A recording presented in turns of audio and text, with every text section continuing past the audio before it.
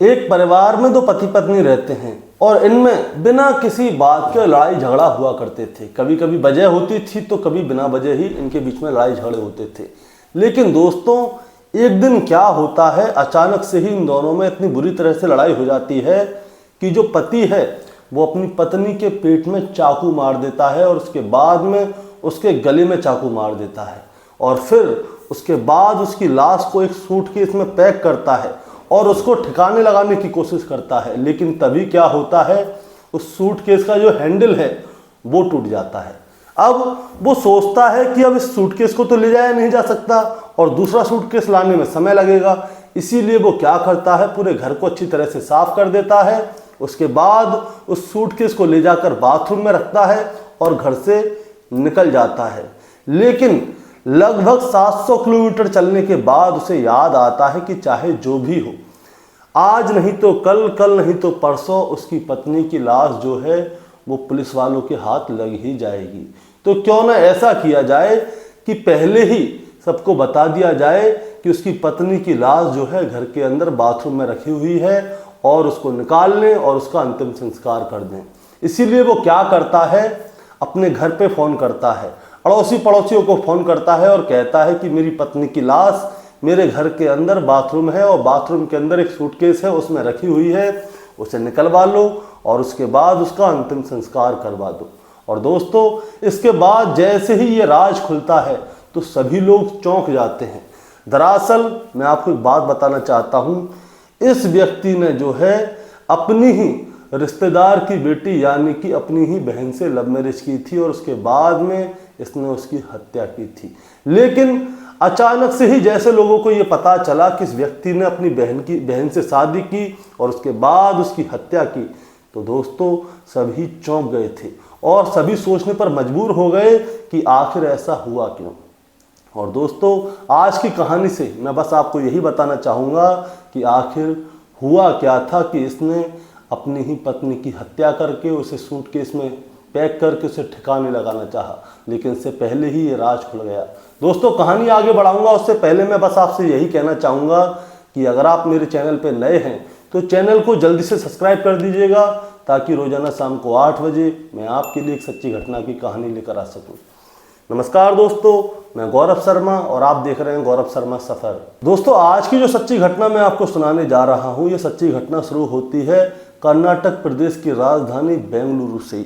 और बेंगलुरु में ही एक थाना होता है, थाना हुली माबू, और हुली माबू कंट्रोल रूम से थाने के लिए कॉल आता है कि एक डोडा कम्मन हल्ली है जगह, डोडा कम्मन हल्ली में ही एक फ्लैट है और फ्लैट के अंदर एक लाश है, जल्दी से जाओ और देखो उस घर में क्या हुआ है और उस लाश को जल्दी से हिरासत में लो।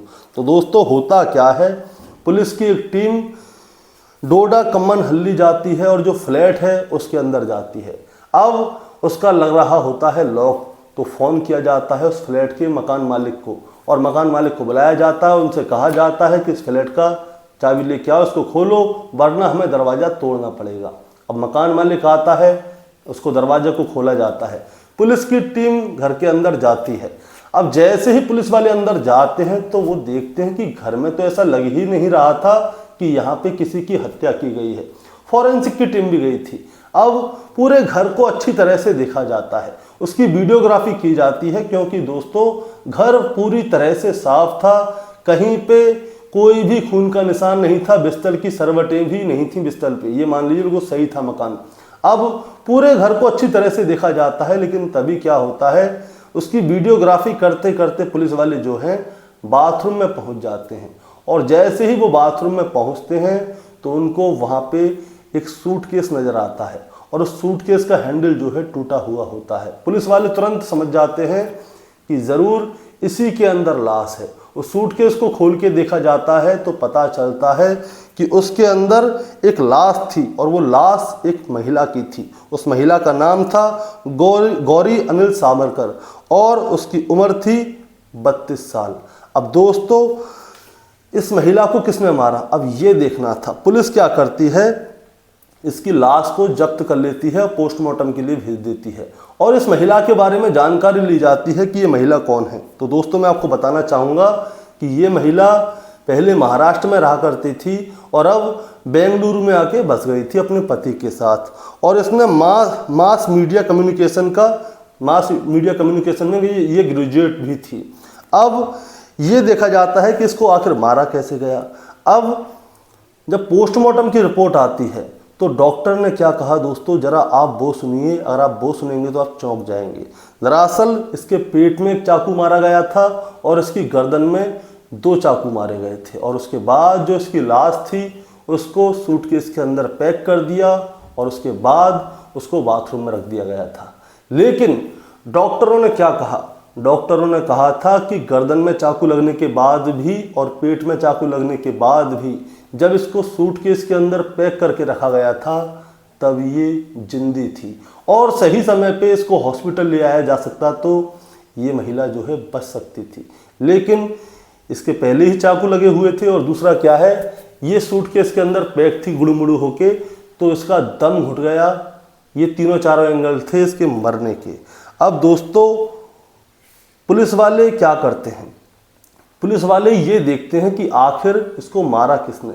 तो सबसे पहले ये पता लगाया जाता है कि ये फ़ोन कहाँ से आया था। पुलिस के पास भी फ़ोन आया था, अड़ोसी पड़ोसियों के पास भी फ़ोन आया था। तो सारी गुत्थी को सुलझाने के लिए फ़ोन जो आया था उसकी एक चेन बनाई जाती है और सबसे पहले फ़ोन कहाँ से आया था ये जानने की कोशिश की जाती है।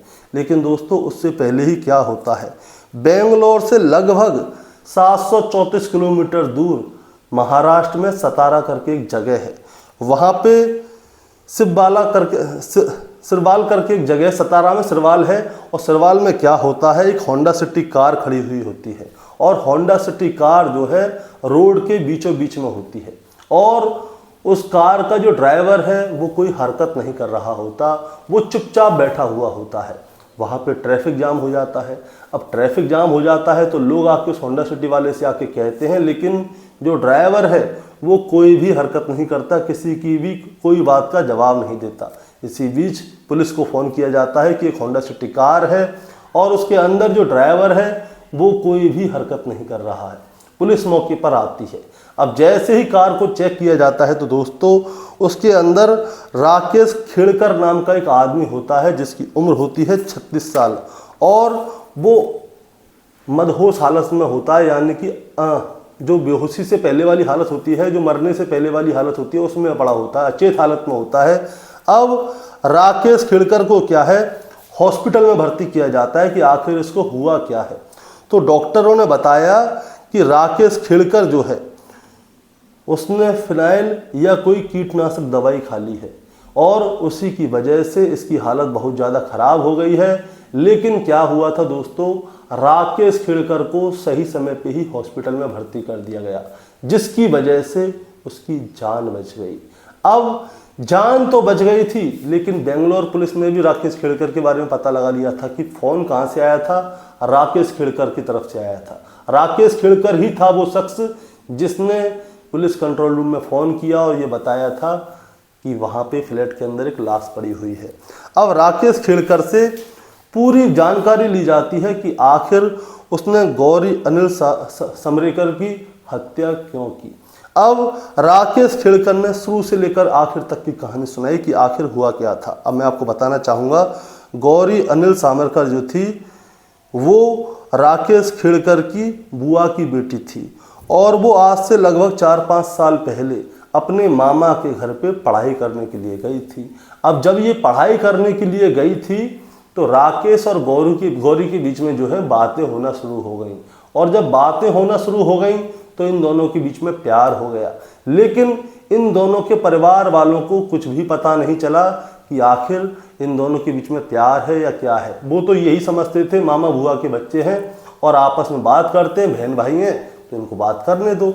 लेकिन दोस्तों इन दोनों के बीच में प्रेम प्रसंग चल रहा था। लगभग 4 साल तक ये लोग लिविंग रिलेशनशिप में रहा करते थे। लेकिन आज से लगभग 2 साल पहले की बात है, इन लोगों ने फैसला किया कि ये दोनों शादी करेंगे।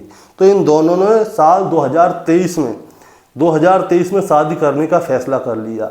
अब जैसे ही इन दोनों ने साल 2023 में शादी करने का फैसला किया तो चाहे राकेश के परिवार वाले हों चाहे गौरी के परिवार वाले हों, ये दोनों ही परिवार के लोग शादी के खिलाफ हो गए। इन लोगों ने साफ मना कर दिया कि हम लोग तुम दोनों की शादी नहीं करवाएंगे, क्योंकि तुम दोनों जो हो मामा बुआ के बच्चे हो, और समाज में क्या क्या जाएगा कि मामा बुआ के बच्चे तो हमारे यहाँ पे बहन भाई होते हैं। लेकिन ये दोनों प्यार करने लग गए। लेकिन फिर भी अपने परिवार वालों की चिंता ना करते हुए राकेश और गौरी ने क्या किया, इन दोनों ने कर ली शादी। और जिस घर में गौरी यानी कि अपने मामा के घर पे आई थी पढ़ाई करने के लिए, आज उस घर में गौरी बहू बन के रहती है। अब गौरी राकेश के घर में रह रही थी बहू बन के। जैसे तैसे इन लोगों ने शादी कर ली, लेकिन जो भी था ठीक था। अब गौरी राकेश के घर में रहती है बहू बन के। इसके बाद क्या होता था, गौरी का राकेश के परिवार वालों के साथ में क्या है बनती नहीं थी। जब तक शादी नहीं हुई थी तब तक मामा थे, जब तक तो सारी चीज़ें अच्छी थी, अच्छी तरह से चल रहा था, सब कुछ बन रहा था। लेकिन शादी के बाद जैसे ही गौरी इस घर की बहू बनी तो राकेश के माता पिता से इसकी बनना बंद हो गई। अब इन लोगों के बीच में क्या होता था, विवाद होता था। अब विवाद बहुत ज़्यादा होता था। अब क्या होता है, आज से लगभग 2 महीने पहले की बात है, यानी कि जनवरी की, राकेश को वर्क फ्रॉम होम का एक प्रोजेक्ट मिला हुआ था। जो काम करता था उसमें पीएम था, ये प्रोजेक्ट मैनेजर के पद पे था, लेकिन वर्क फ्रॉम होम से काम किया करता था। अब इसको जो है महाराष्ट्र से सीधे बेंगलुरु में जाना था। अब बेंगलुरु ये लोग चले जाते हैं, राकेश और गौरी दोनों लोग, और वहाँ पे जाके एक फ्लैट लेते हैं। और फ्लैट लेके वहाँ पे गौरी ने भी सोचा कि उसने मास कम्युनिकेशन का कोर्स किया हुआ है, पढ़ाई की है, ग्रेजुएट है भाई वो, तो वो क्या सोचती है कि वो बेंगलुरु में जॉब करेगी। लेकिन बहुत मेहनत करने के बावजूद गौरी को कोई भी जॉब नहीं मिलती। राकेश घर से वर्क फ्रॉम होम था, प्रोजेक्ट मैनेजर था, तो घर पे बैठ के सारे दिन काम किया करता था। गौरी भी सारे दिन घर पे रहती थी, और खाली दिमाग शैतान का घर। अब क्या होता है, गौरी क्या है, छोटी छोटी बातों पर ही राकेश को उंगली करती रहती। अरे तुम सारे दिन काम करते रहते हो, मैं फालतू हूँ, मैं घर के कामों में करती रहती हूँ, मैं नौकरानी हूँ इस घर की, यानी कि बहुत सारी बातें हुआ करती थी। इन दोनों में कलेश हुआ करते थे। सुबह हो सुबह, दोपहर हो दोपहर, शाम हो शाम, हमेशा इन लोगों के बीच में कलेश हुआ करते थे। और दोस्तों, इनमें कलेश बिना किसी बात के हो जाया करते थे। अब इसी बीच में क्या होता है, तारीख आती है 26 मार्च 2025, और 26 मार्च 2025 को क्या होता है दोस्तों, 26 मार्च 2025 की रात को गौरी ने घर में चावल बनाए हुए होते हैं और कोई सब्जी बनाई होती है। खाने का समय था। खाने के समय पे ही क्या होता है, इन दोनों के बीच में फिर से कलेश हो जाते हैं। और जैसे ही कलेश होते हैं तो घर में जोर जोर की आवाज़ें आ रही थी घर से। और इसी बीच क्या होता है, गौरी एक चाकू होती है वो फेंक के राकेश में मारती है। और जैसे ही वो राकेश में मारती है तो राकेश को थोड़ी चोट लग जाती है। हालांकि इतनी जोर से कोई चोट नहीं लगी थी कि वो घायल हो गया था, थोड़ी बहुत चोट लग जाती है। अब यही बात जो है राकेश को बहुत ज़्यादा बुरी लगती है कि उसकी पत्नी ने उसके ऊपर हाथ उठा दिया, यानी कि चाकू फेंक के मारा। और अब चाकू फेंक के मारा है तो इसका मतलब ये है कि मरवा भी सकती है। इसकी वजह ये थी कि पिछले 1.5-2 हफ्ते से कहानियां आ रही हैं कि पत्नियां जो है अपने पतियों को मार रही हैं। तो राकेश को भी ऐसा लगा कि कहीं ऐसा ना हो कि ये मेरे ऊपर भी आज चाकू फेंक के मारा, कल को क्या पता मार दे। अब क्या होता है, राकेश को आ जाता है गुस्सा। अब वो उसी चाकू को उठाता है और जाके डांटते हुए गौरी के पेट में उस चाकू को मार देता है। अब जैसे ही उसके पेट में चाकू मारता है तो गौरी की आवाज़ निकलना हो जाती है बंद। वो बेचारी कुछ बोल नहीं पाती। अब राकेश उस चाकू को निकालता है और उसके गले में 2 बार मारता है ताकि ये मर ही जाए। लेकिन दोस्तों, गौरी मरी नहीं थी। ये जो कारनामा किया था राकेश ने, जो हत्याकांड किया था, वो कमरे के अंदर था। जो भी खून था वो कमरे के अंदर ही था। अब राकेश क्या करता है, वो समझता है कि गौरी मर गई, लेकिन गौरी मरी नहीं थी, उसकी सांसें चल रही थी। राकेश एक सूटकेस निकालता है, बहुत देर तक सोचता है कि करूं क्या करूं या क्या करूं, तो क्या करूं या नहीं करूं। वो बेचारा घबराया हुआ था। तो राकेश गौरी की लाश को उठाता है, सूटकेस के अंदर डाल देता है और उसे ठिकाने लगाने के लिए जैसे ही लेके जाता है उसकी जो है हैंडल टूट जाती है। अब जैसे ही हैंडल टूट जाती है तो राकेश और ज़्यादा घबरा जाता है कि भाई अब इस सूटकेस को लेके कैसे जाऊं, क्योंकि हैंडल तो टूटा हुआ है और उठेगा है नहीं, क्योंकि सूटकेस का वजन फिर गौरी का वजन, और किसी को शक हो गया तो लेने के देने पड़ जाएंगे। तो राकेश क्या करता है, उस सूटकेस को ले जाकर बाथरूम में रख देता है और उसके पास बैठ जाता है और बहुत देर तक उस सूटकेस से बात करता है। वो उससे कहता है कि अगर तुम मेरे साथ ऐसा ना करती तो आज शायद तुम जिंदा होती, मैं तुम्हें नहीं मारता। तुम सुबह दोपहर शाम मेरे साथ कलेश करती रहती थी, मैं तुमसे प्यार करता था, मेरी बुआ की बेटी थी, सब लोग खिलाफ थे लेकिन फिर भी मैंने तुमसे शादी की, लेकिन आज मेरे ही हाथों तुम्हारी हत्या हो गई। अब दोस्तों बहुत देर तक बोलता है ये वाली बात। अब इसके बाद ये बेंगलोर से सीधे पुणे के लिए निकल जाता है और जब ये पुणे जा रहा होता है, यहाँ से लगभग 134 किलोमीटर दूर 734 किलोमीटर दूर पहुँचता है और पुणे से लगभग 50 किलोमीटर पहले महाराष्ट्र में ही सतारा करके एक जगह है। तो राकेश क्या करता है, एक मेडिकल की दुकान पर जाता है और उससे कहता है कि मेरे घर में बहुत सारे कीड़े हैं तो मुझे फिनाइल चाहिए।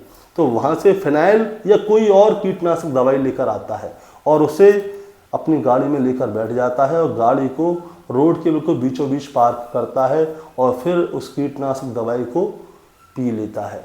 अब जब वो उस कीटनाशक दवाई को पीता है तो उसकी हालत ख़राब हो जाती है।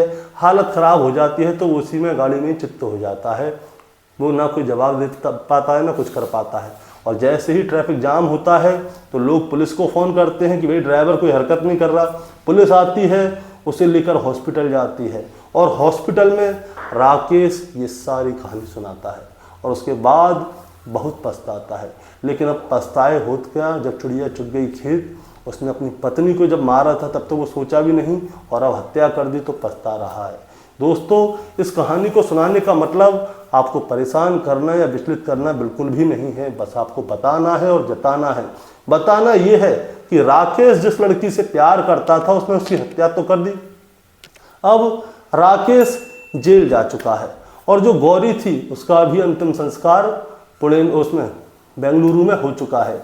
अब राकेश सोच रहा है कि मैंने अपनी पत्नी को मार डाला, मैंने गलत किया। अब सोचने से कुछ होता नहीं है।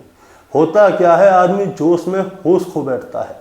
हमेशा दोस्तों एक सलाह है, कभी भी गुस्सा आए तो कुछ भी मत करो, शांत हो जाओ और जिस व्यक्ति से तुम्हें गुस्सा आ रहा है वहाँ से दूर चले जाओ। कुछ नहीं करने का, क्योंकि लोग जोश में होश खो बैठते हैं और कोई गलत कदम उठा लेते हैं। आप वहाँ से चले जाओगे, उस व्यक्ति से बात नहीं करोगे तो आप उस गलत कदम को उठाने से पहले ही दूसरी तरफ निकल जाओगे और आप बच जाओगे। अगर राकेश भी उस समय चुप हो जाता, चाहे उसे कितनी भी गुस्सा आ रही थी, वो गुस्सा होकर घर से बाहर चला जाता, कहीं चला जाता, तो उस समय वो ये हत्याकांड को अंजाम नहीं देता और गौरी भी जिंदा होती और राकेश आज जेल में नहीं होता। तो दोस्तों आपका क्या कहना है इस कहानी के बारे में, आप ज़रा हमें कमेंट में बताएं। चैनल पे नए हैं तो सब्सक्राइब करके जाएं ताकि रोजाना शाम को 8 बजे मैं आपके लिए एक सच्ची घटना की कहानी लेकर आ सकूं। नमस्कार।